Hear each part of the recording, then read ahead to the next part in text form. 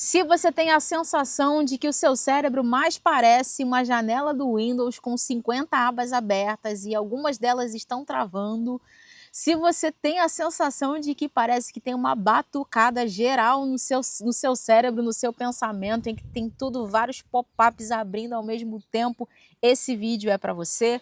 E nesse vídeo nós vamos falar sobre 5 características que pessoas com TDAH apresentam. Nesse canal nós falamos sobre desenvolvimento pessoal e profissional. Eu me chamo Camila Mamed e aqui nós falamos desses temas à luz da neurociência, usando ferramentas da neurociência. E já vamos direto para a primeira característica. E se você quiser saber outras 5 características depois desse vídeo, clica aqui nesse outro, eu vou deixar um card para você. Nesse outro vídeo eu falo sobre 5 características do TDAH também, e o vídeo vai ficar muito longo e eu dividi em 2 partes, tá? Então, primeira característica desse vídeo aqui, hiperfoco, que é o contraponto à distração. É muito comum falar que as pessoas com TDAH são distraídas, né, desatentas. E eu falei no outro vídeo que não é sobre não conseguir ter atenção, é sobre ter atenção em muitas coisas ao mesmo tempo. É outro rolê.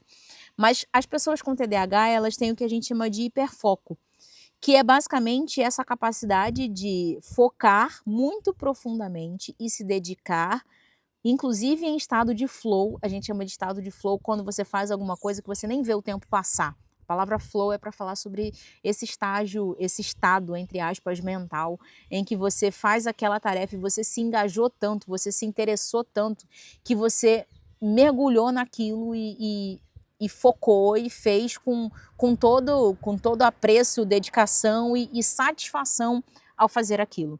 Quando a gente fala do hiperfoco, ele é um contraponto à distração, mas ele está associado a fazer somente o que essa pessoa gosta de fazer. Então, o hiperfoco de alguém com TDAH pode ser jogar videogame, por exemplo. Pode ser programar, pode ser correr, pode ser nadar. O Michael Phelps, por exemplo, relata que a água acalmava ele, né? Porque ele tinha TDAH e o hiperfoco dele era a natação. Então, consequentemente, ele tinha ali um processo de hiperfoco, que inclusive fez com que ele virasse um campeão. Então, o hiperfoco vamos dizer assim, um benefício, né, de uma pessoa que tem TDAH. Então, qual é o problema disso? É que essa pessoa pode pegar esse hiperfoco e esquecer todo o resto da vida. Ainda tem um fator que esse hiperfoco pode ser adaptativo ou desadaptativo, ou seja, a gente chama de adaptativo aquilo que é bom, que gera benefícios para a vida dessa pessoa, e desadaptativo uma coisa que gera problemas, né? Você pode imaginar uma pessoa, por exemplo, que tem hiperfoco no videogame, um homem adulto. Ele pode ser uma pessoa com TDAH que tem hiperfoco no videogame, mas isso pode fazer com que ele não cresça na carreira, por exemplo. Ele tem um trabalho, mas ele fica ali estagnado, porque ele não busca crescimento, ou que ele não consiga dar atenção para a esposa, para os filhos.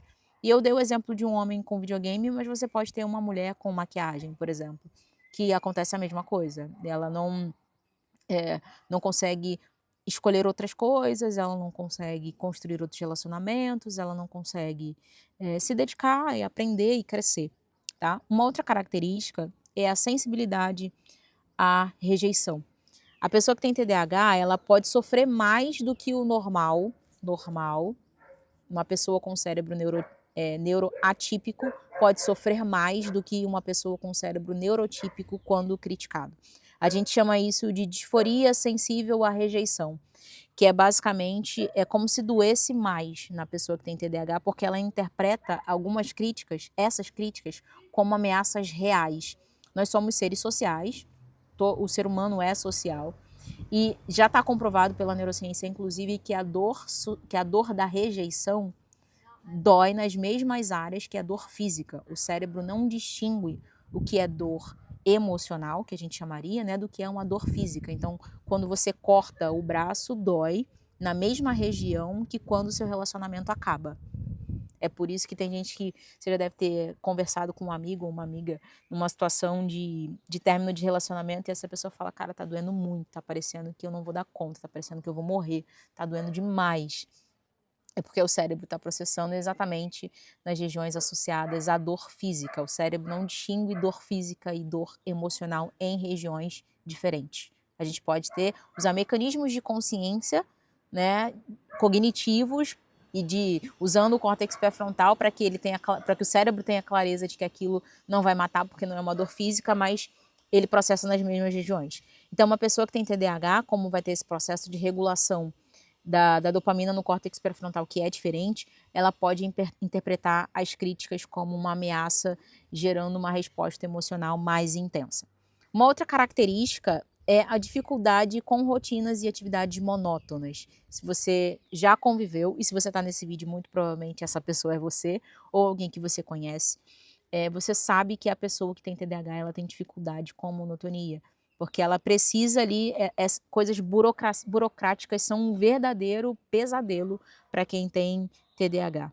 Né? E o cérebro dela vai ter como se fosse um processo de recusa, de esquiva, do tipo, não quero fazer isso. Eu prefiro passar 3 horas vendo vídeo aleatório na internet, perder, mesmo que inconscientemente, essas 3 horas ali roletando vídeo aleatório na internet, do que fazer o que eu tenho que fazer. E aí entra num lugar de procrastinação ativa, que a gente chama, né? Porque você pode procrastinar passivamente, sentar no sofá e não fazer nada, mas você pode procrastinar ativamente, que é fazendo uma outra coisa no lugar daquilo que você de fato deveria fazer. Uma outra característica é o alto nível de energia, mas só para coisas que interessam essa pessoa. A pessoa que tem TDAH, ela tem o déficit de atenção, dependendo do nível de hiperatividade dela, do grau de hiperatividade. Se ela for hiperativa, ela vai estar com essa demonstração de energia o tempo todo, né? Mas é esse alto grau de energia para coisas que ela tem interesse. É como se ela fosse se arrastando para qualquer coisa que ela não tem interesse. E ela vai com toda a energia e disposição somente para poucas coisas, que são as coisas que ela tem interesse. E mais uma característica, que nesse caso é a quinta característica, que é a tendência a mudanças constantes e a dificuldade de manter o foco a longo prazo. Se você é uma pessoa com TDAH ou desconfia que é, por isso está nesse vídeo, eu quero que você faça aí um recordar e viver de todos os projetos que você já disse que faria nos últimos 3 meses. Deixa eu pegar uma aguinha aqui. Pensa aí, enquanto você pensa, eu bebo uma aguinha aqui.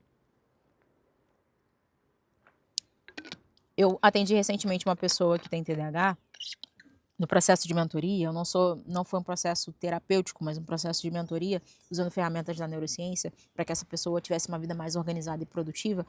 E ela falou: Camila, eu nem conto mais, era um homem. Ele falou: eu nem conto mais para minha esposa os projetos novos que eu tenho ideia, porque eu já estou com vergonha. Eu já contei tanto projeto meu de vida e projeto de negócio que eu tinha e eu não levei à frente, que eu já estou com vergonha de compartilhar com a minha esposa. Eu nem falo mais. Eu nem falo mais para ela que eu vou fazer tal coisa porque eu estou sem credibilidade. Porque ela não fala nada, ela nunca me falou, me censurou ou alguma coisa nesse sentido, mas eu estou com vergonha de falar. No fim das contas, esse cliente tá tomando medicação, foi ser atendido por um psiquiatra, tá fazendo lá o processo dele de medicação e comigo tá tratando os aspectos comportamentais, né? Porque lembra que você é os seus hábitos, você é o seu comportamento. A vida que você vai ter é o fruto, é o produto do seu comportamento. Eu costumo dizer que os resultados não mentem. Tem gente que fala, eu não tenho a vida que eu mereço. Se a gente não está falando de gente que está na extrema zona de pobreza, que é um outro fator, se você está aqui na internet assistindo um vídeo sobre TDAH, os resultados não mentem. Não mentem. E aí você pode ter fatores que são fatores comportamentais e fatores que são fatores neuroquímicos mesmo, do próprio funcionamento do seu cérebro. E aí no caso dele, ele agora ele diz que é como se os pensamentos dele tivessem enfileirados. Ele fala, é como se eu tenho a sensação, ao invés de várias abas abertas, que foi o exemplo do início, ele falou, eu tenho a sensação de que os meus pensamentos estão todos enfileirados. E aí comigo, ele está trabalhando, eu estou tratando com ele as questões comportamentais, né? Porque aí são os hábitos comportamentais que ele tem que podem fortalecer essa dinâmica, porque lembra que ele era uma pessoa que tem TDAH e que teve um diagnóstico quando adulto. Tendo esse diagnóstico quando adulto, ele já está formado nos comportamentos e hábitos que ele tem. E esses hábitos podem, inclusive, não vai desfazer o efeito do remédio, porque o efeito é neuroquímico, está acontecendo no cérebro dele, mas comportamentalmente podem atrapalhar a dinâmica do benefício que a medicação está trazendo. Então, essa pessoa vai ter essa tendência de mudança constante e dificuldade de manter o foco a longo prazo, e ela vai ficar trocando de objetivo, trocando de projeto, trocando de área. Eu já atendi gente que já tinha feito cursos diferentes, técnico, graduação diferente. Já atendi gente que vivia trocando de relacionamento. Já atendi gente que era esse caso, de ter várias ideias e de passar a ter vergonha de falar sobre as ideias. E é tão bom ter uma ideia, né? Ter uma ideia nova e você compartilhar com a pessoa do tipo, vou fazer isso, isso, isso e aquilo. E essa pessoa fica restrita, porque ela começa a ter vergonha de si mesma, ela começa a ter vergonha de não dar conta de fazer o que precisa ser feito. Certo? Vou reforçar para que você assista aqui as outras 5 características. Se você tiver alguma dúvida, você pode colocar aqui nos comentários. Nunca esqueça que o conhecimento muda você e você muda tudo. E a gente se vê no próximo vídeo. Até mais!